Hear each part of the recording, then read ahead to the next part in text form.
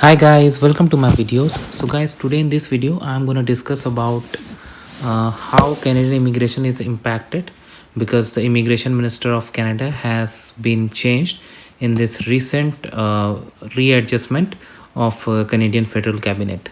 So before I proceed further, I would like to clarify that whatever I'm going to say in this video is of my personal opinion only, and there is no legal validity of any information that I discuss here, and whatever I say should not be taken for granted, as it could be proved 100% correct or 100% wrong.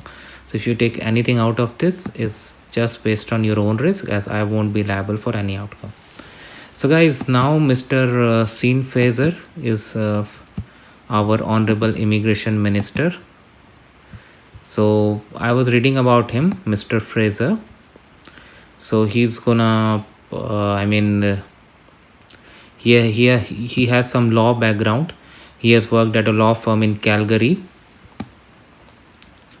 and he has a lot of prior experience. He has, in 2015 he ran for Liberal candidate, and various communities he has served anyway, and he has held on his seat for last two elections, so he has been selected continuously, no doubt. Now instead of going into the background, I would discuss like what I expect when it comes to immigration.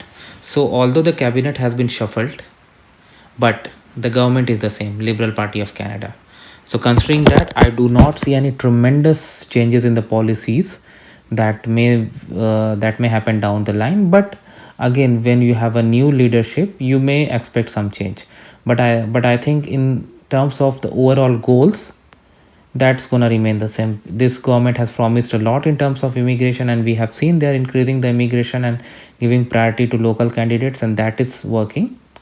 And one major promise that they made back in 2019, when they came to the power, was like making citizenship application free of cost. So that is a promise I'm still waiting, and I'm not sure when it's going to be implemented. And but we all can understand that because of this COVID-19, things went upside down. So anything that's planned, there is no guarantee it's going to be executed as planned. But hopefully that will be executed as well, because that will encourage a lot of people, those who shy away after seeing high fee of citizenship to apply, may apply for citizenship. So as of now, this is what the situation is. But down the line, we may see more people coming to Canada, because they have really high immigration numbers. So overall, in to summarize, what I suggest is, what I think is going to happen is, there's not going to be tremendous changes, but some minor changes, like related to some programs, some minor numbers here and there. But overall, I don't see any major change. This is what is my take, but I could be absolutely wrong, because this is just my opinion. Thanks for watching, guys.